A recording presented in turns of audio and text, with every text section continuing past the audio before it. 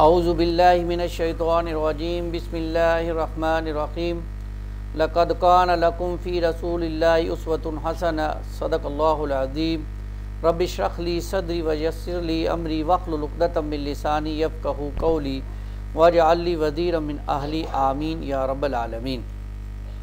اللہم صلی علی محمد وعلی آل محمد وبارک وسلم۔ سیرت النبی صلی اللہ علیہ وسلم میں ہمارا مطالعہ جاری ہے۔ سیرت النبی میں بعثت سے قبل کے حالات کا تذکرہ جاری ہے۔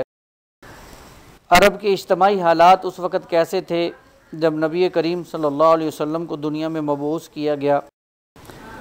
عرب آبادی مختلف طبقات پر مشتمل تھی اور ہر طبقے کے حالات ایک دوسرے سے بہت زیادہ مختلف تھے۔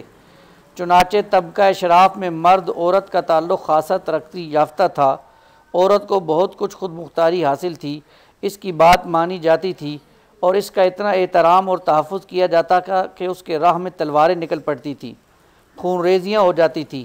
آدمی جب اپنے کرم و شجاعت پر، جسے عرب میں بڑا بلند مقام حاصل تھا، اپنی تعریف کرنا چاہتا تو عموماً عورت ہی کو مخاطب کرتا۔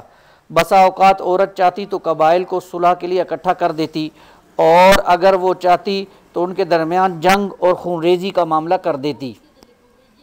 لیکن ان سب کے باوجود بلا نزاع مرد ہی کو خاندان کا سربراہ مانا جاتا تھا اور اس کی بات فیصلہ کن ہوا کرتی تھی۔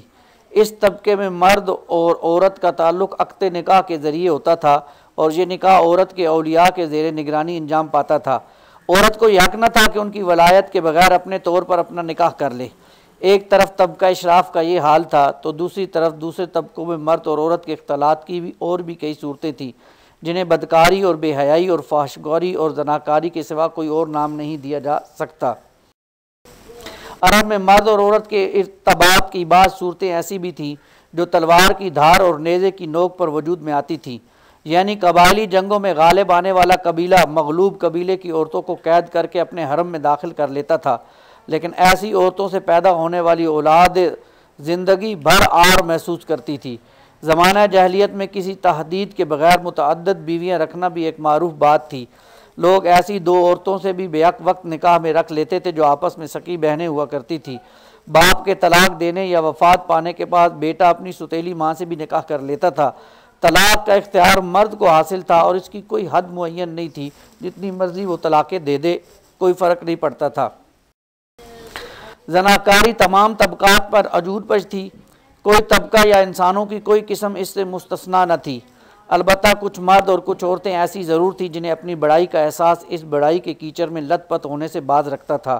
پھر آزاد عورتوں کا حال لونڈیوں کے مقابل نسبتاً اچھا تھا۔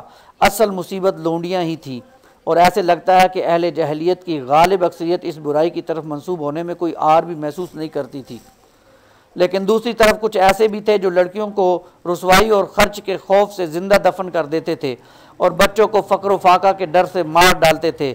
لیکن یہ کہنا مشکل ہے کہ یہ سنگدلی بڑے پیمانے پر رائج تھی، کیونکہ عرب اپنے دشمن سے اپنی حفاظت کے لیے دوسروں کی بنسبت کہیں زیادہ اولاد کے محتاج تھے اور اس کا احساس بھی رکھتے تھے۔ اللہ تعالیٰ سے دعا ہے کہ اللہ تعالیٰ ہمیں ان حالات کو سامنے رکھ کر جیسی جد و جہد نبی پاک صلی اللہ علیہ وسلم نے کی دین کے لیے، ایسی جہد ہمیں بھی کرنے کی توفیق عطا فرمائے۔ اس مکمل پریزنٹیشن کو حاصل کرنے کے لیے رابطہ کیجیے 032188353551 یا ای میل کیجیے shakilforislam@gmail.com۔